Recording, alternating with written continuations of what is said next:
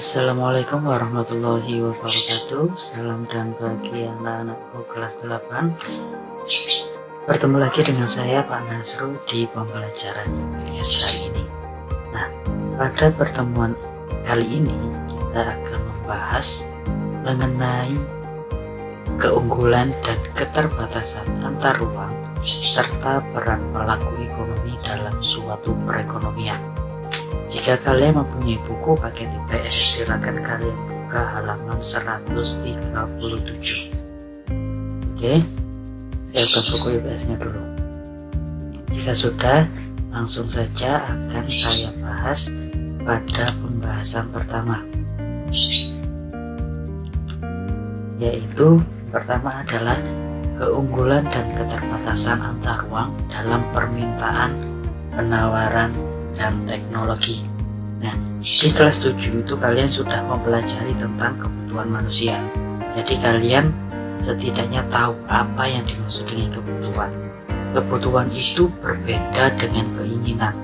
Kalau kebutuhan itu sifatnya harus dipenuhi, kalau keinginan itu sifatnya tidak harus dipenuhi. Jadi kalau keinginan itu jika tidak dipenuhi itu tidak akan mempengaruhi kehidupan kita. Tetapi kalau kebutuhan itu adalah sesuatu yang harus kita penuhi. Kalau tidak dipenuhi, maka kehidupan kita itu akan terganggu. Seperti itu ya. Nah, poin yang pertama kita baca dulu. Salah satu alasan terjadinya interaksi antar ruang adalah adanya kelebihan dan kekurangan yang dimiliki oleh suatu daerah terhadap daerah lain. Kelebihan dan kekurangan tersebut akan membuat timbulnya variasi kebutuhan dan keperluan lainnya. Jadi ini maksudnya adalah tiap daerah atau tiap ruang itu memiliki kelebihan dan keterbatasannya masing-masing. Contohnya seperti apa? Contohnya seperti kita membuat perbandingan antara daerah Lamongan dengan daerah Batu. Daerah Batu sebagai penghasil apel. Jadi itu merupakan keunggulan dari kota Batu. Sedangkan daerah di Lamongan itu tidak menghasilkan apel. Ya, jadi itu merupakan suatu keterbatasan dari daerah Lamongan. Sehingga untuk memenuhi kebutuhannya tersebut, maka warga Lamongan jika ingin membeli apel itu memesan di daerah Batu yang merupakan keunggulan utamanya adalah buah apel. Seperti itu ya. Jadi tiap daerah itu mempunyai kelebihan dan kekurangan masing-masing, dan itu sangat bervariasi ya, seperti itu. Untuk yang kedua, poin yang kedua, untuk memenuhi kebutuhan-kebutuhan tersebut, manusia harus melakukan suatu kegiatan yang disebut dengan produksi ya. Jadi produksi ini adalah sesuatu untuk menghasilkan barang. Kita lanjut ke poin ketiga. Kebutuhan adalah segala sesuatu yang harus dipenuhi oleh manusia dalam hidupnya. Jadi saya tadi sudah menjelaskan apa artinya kebutuhan, perbedaan antara kebutuhan dan keinginan. Sekarang poin yang terakhir. Kebutuhan yang dapat diproduksi baik oleh alam maupun manusia di setiap daerah itu memiliki variasinya masing-masing. Karena tidak semua barang dapat diproduksi di satu tempat yang sama. Hal ini disebabkan oleh adanya potensi alam yang berlainan, seperti tadi ya, contohnya kota Lamongan dan kota Batu yang mempunyai potensi alam yang berbeda. Keterbatasan antar ruang juga berakibat pada adanya keunggulan dan kekurangan yang bervariasi. Kayak tadi kota Lamongan dan kota Baru kan mempunyai keunggulan masing-masing dan kekurangan masing-masing, ya kan? Untuk melengkapi keunggulan tersebut, maka terjadinya suatu interaksi sosial yang menyebabkan ada hubungan timbal balik antara kota Lamongan dengan kota Batu untuk memenuhi kebutuhan hidupnya, kebutuhan masyarakatnya di daerah atau di wilayah masing-masing tadi. Selain itu, keterbatasan antar ruang tersebut juga menimbulkan adanya penawaran, permintaan, dan teknologi yang berbeda. Nah, di kelas 7 kalian sudah mempelajari tentang penawaran dan permintaan. Apa kalian masih ingat materi tersebut? Pada slide berikutnya kita akan mengingat kembali apa itu penawaran, apa itu permintaan, dan apa itu teknologi. Oke, setelah ini kalian paham tentang keunggulan dan keterbatasan antar ruang ya. Tadi sudah saya jelaskan bahwa salah satu yang menjadi alasan adanya interaksi antar ruang adalah perbedaan potensi dan sumber daya alam yang dimiliki. Jadi yang saya masukkan tadi itu ya, perbedaan potensi alam akhirnya menyebabkan sebuah interaksi antara daerah satu dengan daerah yang lainnya. Nah, akibat adanya keunggulan dan keterbatasan tadi, akhirnya di masyarakat itu muncul adanya permintaan, penawaran, dan juga teknologi. Sekarang akan saya ulas lagi, akan saya ingatkan kembali apa itu permintaan, apa itu penawaran, dan apa itu teknologi pada slide berikutnya. Nah, ini tentang permintaan. Kebutuhan yang berbeda-beda itu akan menciptakan suatu permintaan berdasarkan ruang atau berdasarkan daerahnya masing-masing. Lokasi ini di mana seseorang berada dapat menciptakan kebutuhan dan permintaan yang juga berbeda.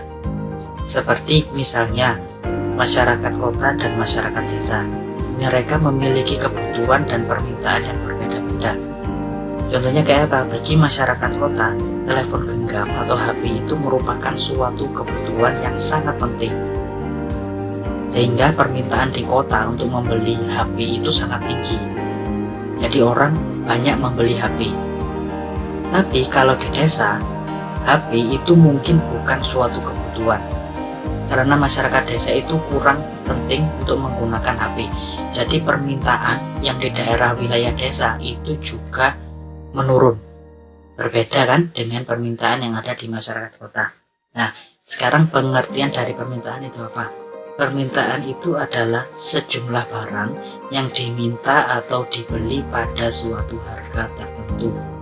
Nah, di sini saya utarakan atau saya tuliskan hukum dari permintaan.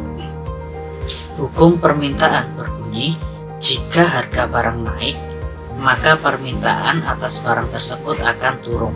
Ya ini ya, jika harga barangnya naik, permintaannya akan turun. Begitu juga sebaliknya, jika harga turun, maka permintaannya juga mengalami kenaikan. Seperti itu ya.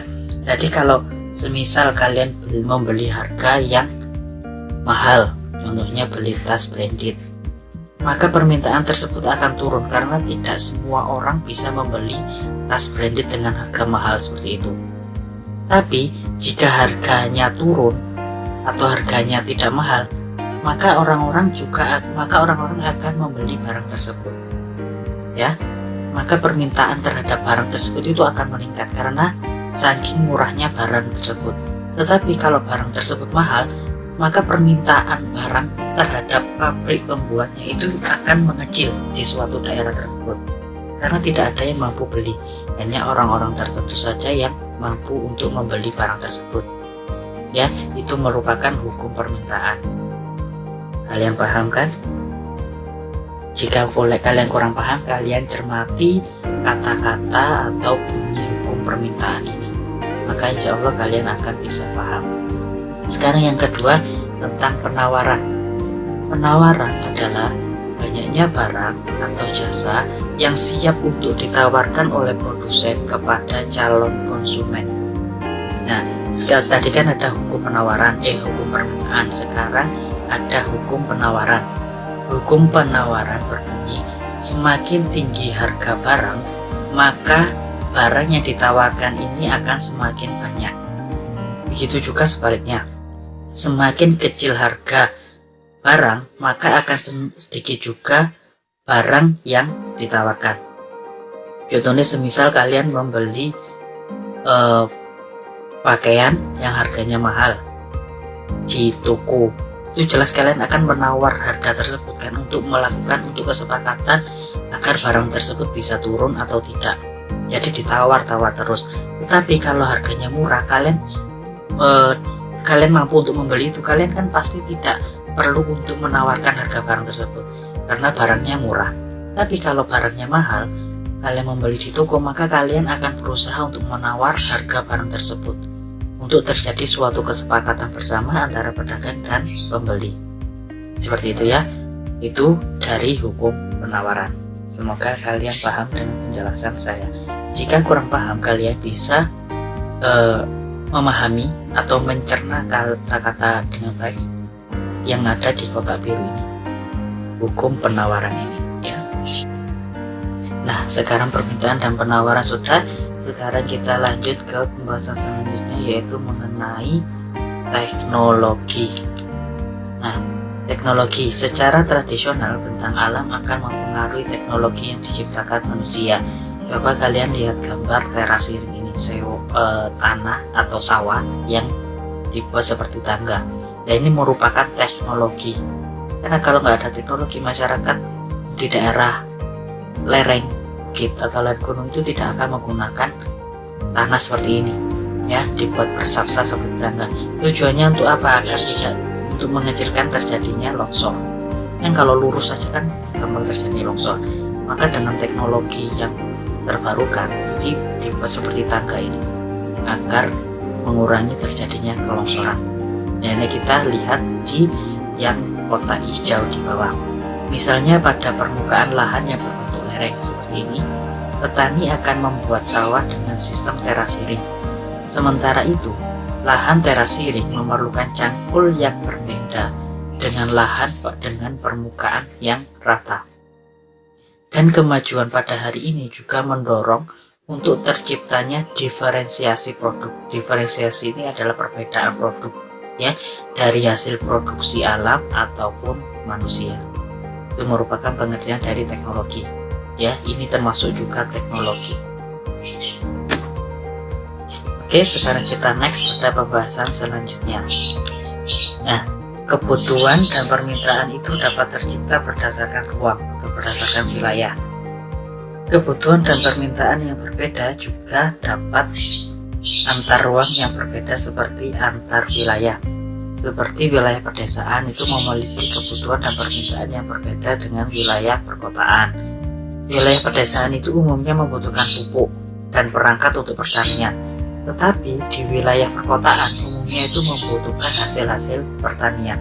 Coba ini kalian lihat dua gambar ini, masyarakat desa dan masyarakat kota. Nah, di masyarakat desa keunggulan daerahnya itu apa? Ini mampu menghasilkan pertanian, ya. Di masyarakat kota keunggulannya apa? Keunggulannya mampu menghasilkan sumber daya manusia yang mumpuni atau yang bagus. Sedangkan di daerah masyarakat desa ini keterbatasan untuk SDM yang tinggi itu sangat terbatas. Tetapi kalau di masyarakat kota keterbatasannya apa? Mereka tidak bisa menghasilkan barang-barang hasil pertanian seperti yang ada di desa, ya. Jadi masyarakat desa dan masyarakat kota ini saling sama-sama mempengaruhi atau saling berhubungan. Tidak ada tiap daerah itu yang mampu menghasilkan barang-barangnya sendiri. Akibat adanya keunggulan keterbatasan yang berbeda ini, maka masyarakat desa dan masyarakat kota ini melakukan interaksi sosial. Nah, seperti apa? Yang masyarakat desa ini membutuhkan sumber daya manusia dari masyarakat kota untuk mengolah lahan pertaniannya dengan baik. Sedangkan masyarakat kota ini juga membutuhkan masyarakat desa untuk apa? Untuk menghasilkan bahan-bahan pertanian untuk digunakan untuk makan, untuk memenuhi kebutuhan sehari-hari, ya. Jadi kalian paham ya. Jadi keunggulan dan keterbatasan suatu daerah itu sangat mempengaruhi adanya permintaan, penawaran, dan juga teknologi. Jadi mereka itu tidak dapat dipisahkan, ya. Jadi saling berkaitan.